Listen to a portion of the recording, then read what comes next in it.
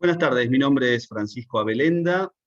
Voy a hablar sobre un problema que no sé si es un problema, pero es muy candente, en tanto la propia vicepresidenta de la Nación, en un acto público hace algunos meses, habló sobre la necesidad de la reforma del sistema de salud argentino, teniendo en cuenta su supuesta ineficacia y los problemas que se vieron en evidencia durante la pandemia. En los momentos de crisis es cuando los sistemas de salud se ponen a prueba y en este caso aparecieron algunos problemas en nuestro sistema de salud que tienen que ver con el financiamiento, que tienen que ver con la distribución del acceso a la salud y con otros problemas que aparentemente resulta imprescindible, por lo menos, pensarlos. Les decía, mi nombre es Francisco Abelenda, yo soy médico clínico del Hospital Alemán, y eso tiene cierta importancia en tanto voy a hablar desde mi lugar de clínico y no desde el lugar de sanitarista, que no es el mío.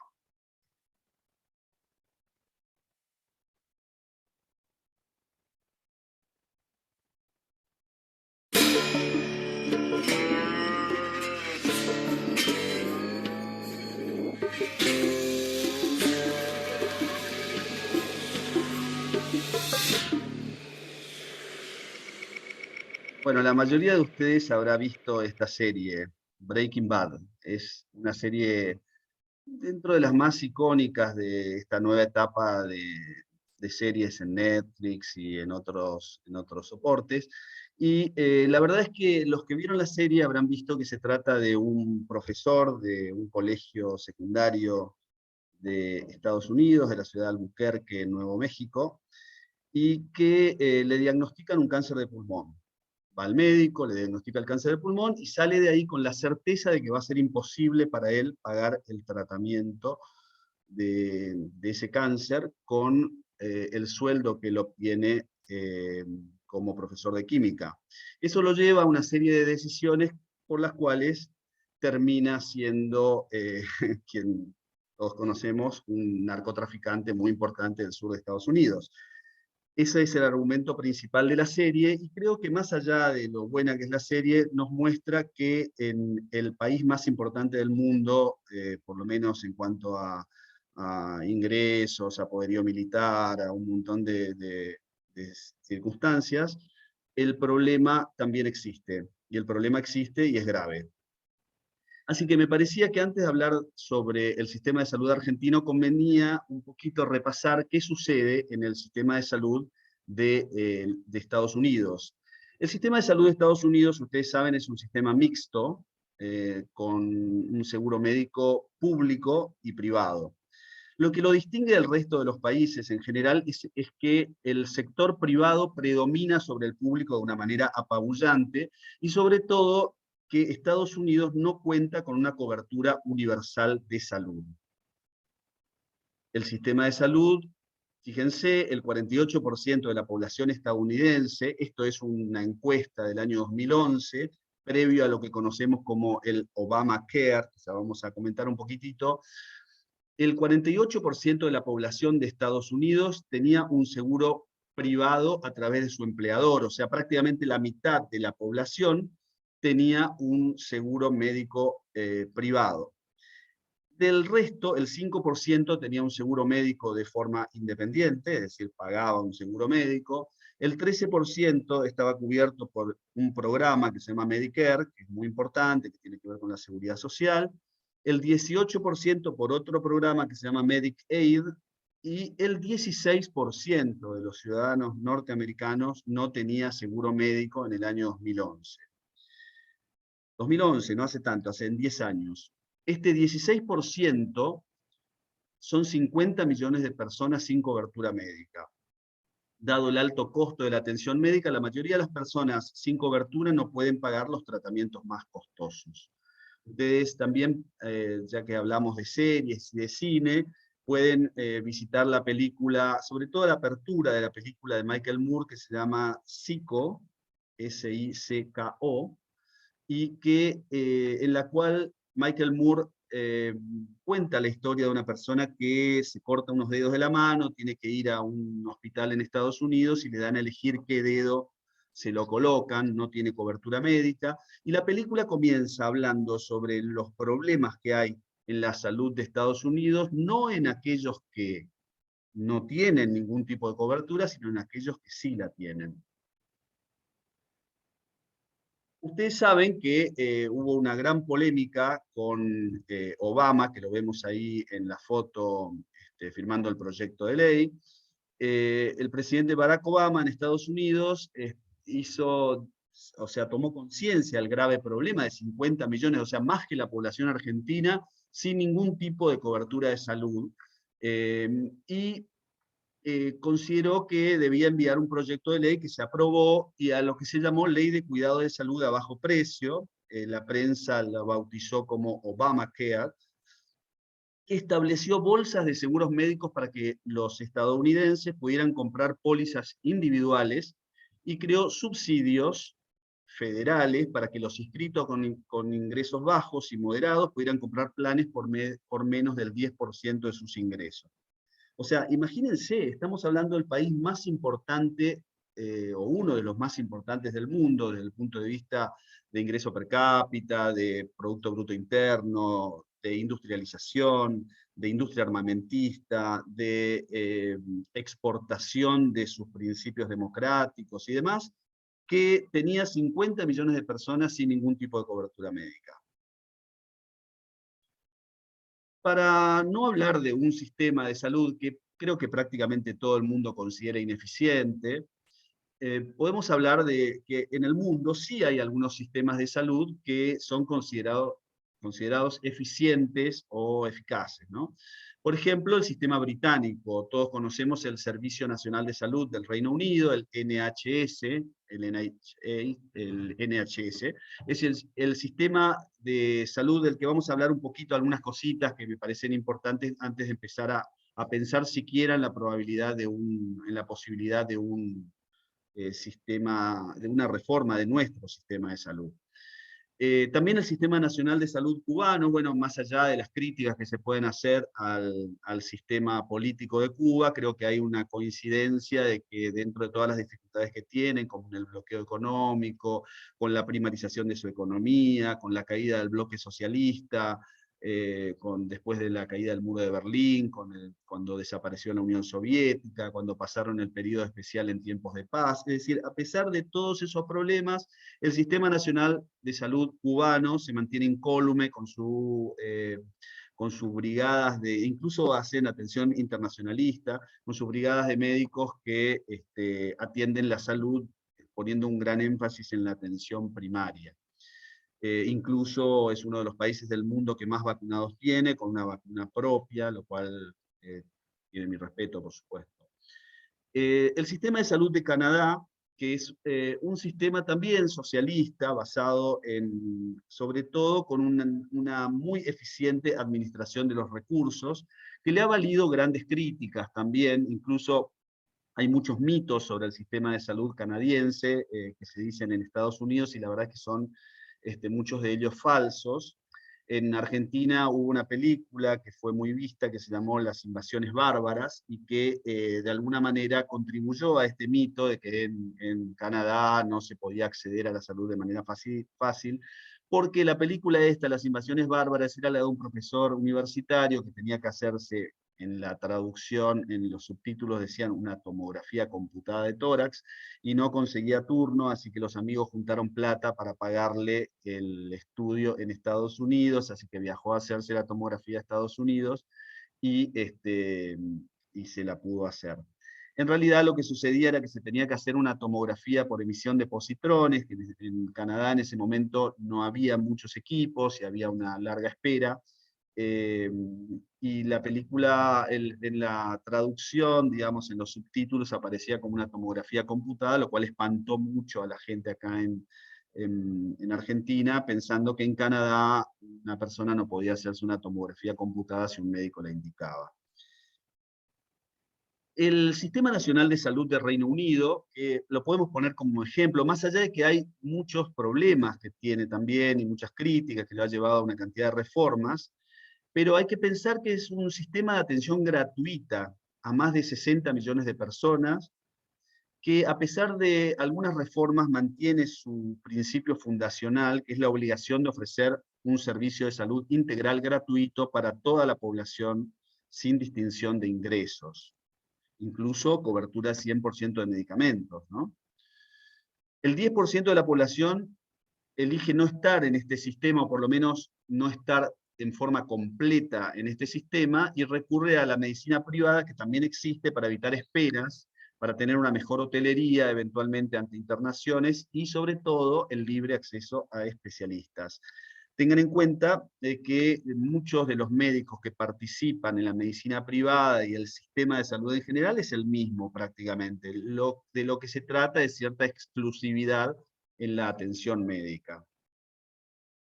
El Sistema Nacional de Salud de Reino Unido es muy eficiente, muy eficaz, tienen un muy buen manejo de los recursos, y eh, la clave principal para que el British National Health Service funcione está fundamentalmente en el rol clave que tiene la atención primaria y el rol del médico de cabecera. Y ahí es donde yo, desde mi lugar de clínico, me voy a situar para pensar en alguna ventaja que pueda tener algún cambio que se pueda hacer en el sistema de salud argentino. El médico de cabecera, junto a enfermeras, parteras, asistentes sociales, fonoaudiólogos, odontólogos, etcétera, es decir, todas las especialidades de acceso directo, resuelven más del 90% de la demanda, a la mitad del costo de la atención que se produce en otros países, e incluso en Inglaterra, a través de la atención hospitalaria. El médico de cabecera es central en el sistema inglés. Pensemos esto, en Argentina, ahora vamos a ver, hay un libre acceso a las especialidades en casi todas las eh, eh, seguros médicos, la medicina prepaga, las empresas de medicina prepaga, incluso las obras sociales, con excepciones, por supuesto, y sobre todo con una gran excepción que es el PAMI, pero que ya lo vamos a comentar. El sistema de salud del Reino Unido brinda atención primaria y deriva solo de ser necesario a los siguientes niveles de atención según la complejidad, pasando siempre primero por un médico de cabecera. Y esto es muy importante, sobre todo por lo que siempre solemos decir, que el médico de cabecera, el médico clínico, el médico de familia, el médico generalista, como se quiera llamar, debe estar apropiado del territorio del diagnóstico, es decir, el paciente llega con un síntoma, con un signo, o todo lo que sea atención primaria, es decir, eh, prevenir las afecciones como el infarto de miocardio, el accidente cerebrovascular, el cáncer de colon, etc. Casi todos los médicos de atención primaria en Inglaterra conforman equipos de atención de enfermedades prevalentes, sin derivación al especialista, salvo en casos puntuales. ¿Cómo es el sistema de salud en nuestro querido país? Antes que nada, me gustaría hacer una cierta reivindicación. Argentina tiene un sistema de salud que, con todos sus defectos y con todos sus problemas, con la ineficacia en muchos momentos, ha logrado grandes cosas. Ha logrado una población totalmente consciente de lo que significa el cuidado de la salud. Los planes de vacunación en Argentina han sido tradicionalmente muy aceptados por la población.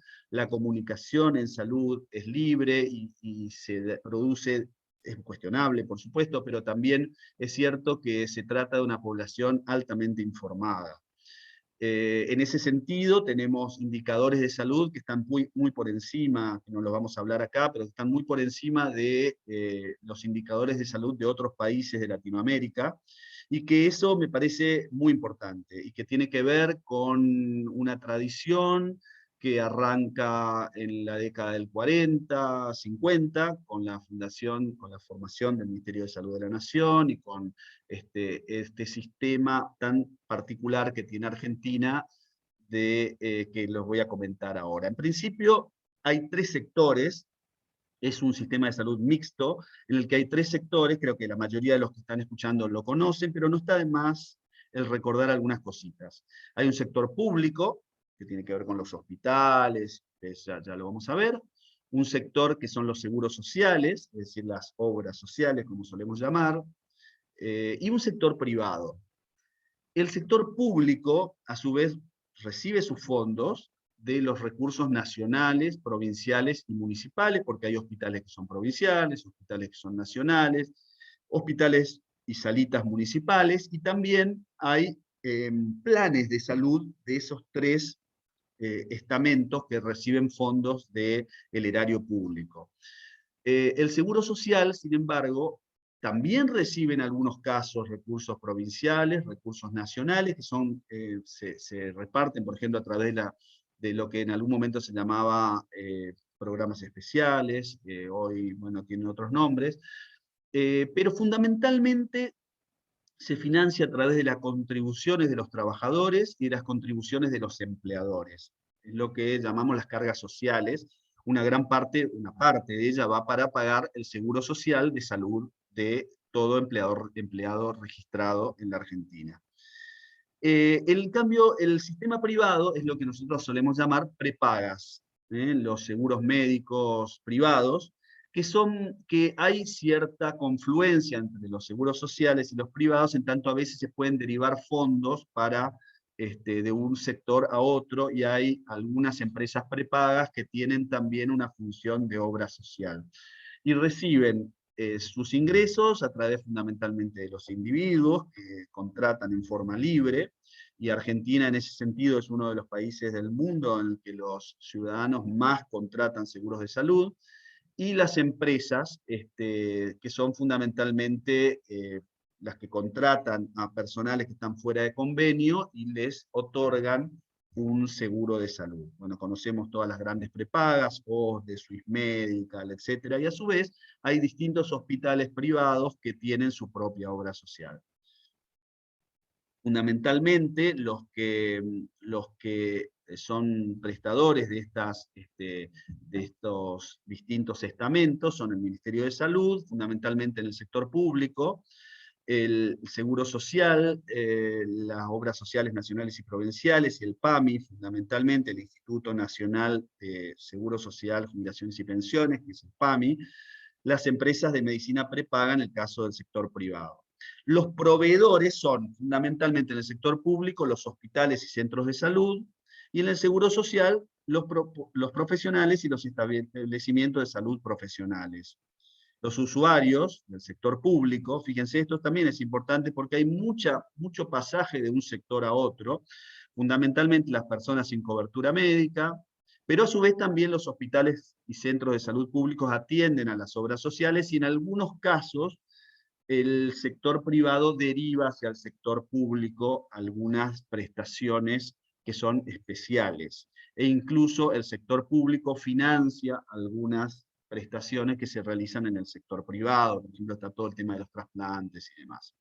El seguro social fundamentalmente está para los beneficiarios de pensiones no contributivas y los jubilados y pensionados, y fundamentalmente los trabajadores y en relación de dependencia.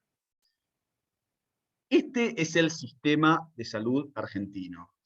Ahora, ¿cuáles son las condiciones para una reforma integral de un sistema de salud? Porque muchos decimos, bueno, ¿por qué no pasamos a un sistema de salud mucho más eficiente, más eficaz, más igualitario, con más equidad, como puede ser el sistema inglés, que es un país donde cuna el liberalismo? O sea, no podemos hablar que ahí haya un condicionamiento ideológico. Se trata de Inglaterra. O para los más socialistas uno podría decir, bueno, tomemos el modelo canadiense o el modelo cubano. El problema es que para hacer cualquier tipo de reforma de un sistema de salud, o cualquier reforma que sea fuerte en cualquier ámbito de la vida que realmente preocupe a los ciudadanos, debería haber un alto consenso en la población. Eso es bastante difícil en la Argentina en este momento, teniendo en cuenta que hay posiciones muy antagónicas políticas, y ese debate me parece que está bastante lejos de que sea posible. Sería prácticamente como proponer una reforma constitucional, sería complejo y llevar adelante, y para eso habría que trabajar mucho, pero se puede empezar. Debería haber también un consenso entre los sectores involucrados, Fíjense que debería haber una correlación de fuerzas entre los intereses contrapuestos como ordenador de la política versus el decisionismo. Cuando decimos esto, muchos piensan que para hacer algún tipo de reforma debería haber una correlación de fuerzas favorable a esa posición, y otros piensan que hay que tomar una decisión y después sostenerla. Ese es el debate principal de la política argentina, no solo sanitaria, sino en general hoy en día en nuestro país. Otro tema sería un acuerdo sobre qué modelo seguir. Debería haber más o menos decir, bueno, estamos de acuerdo, vamos adelante con esto, y sobre todo participación de la población. Ya hay varias cosas que se están haciendo en la Argentina, con las audiencias públicas y demás, que me parece que son muy ricas, enriquecedoras, y que el debate se posiciona de una mejor manera. ¿Qué podemos hacer mientras tanto, mientras se realice esto? Me parece que sí podemos hacer nosotros desde nuestro lugar de clínico, proponer y darnos cuenta de que todo sistema de salud podría mejorar y hacerse más eficiente si lo centralizáramos en el rol de la clínica médica, en la atención primaria de la salud y en la medicina familiar. ¿Cuáles son las propuestas para este debate?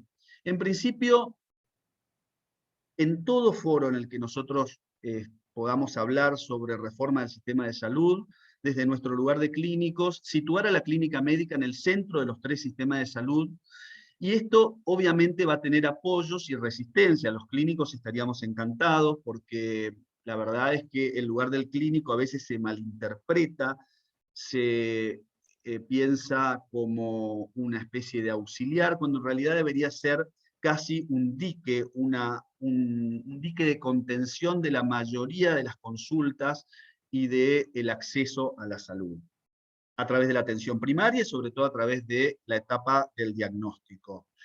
La resistencia, por supuesto, vendría del lado de los especialistas y de todos aquellos que obtienen ingresos a través del acceso directo. Pero hay que tener en cuenta que esto podría hasta favorecerles, en tanto podrían ver menos caudal de pacientes y aumentar el valor de su práctica.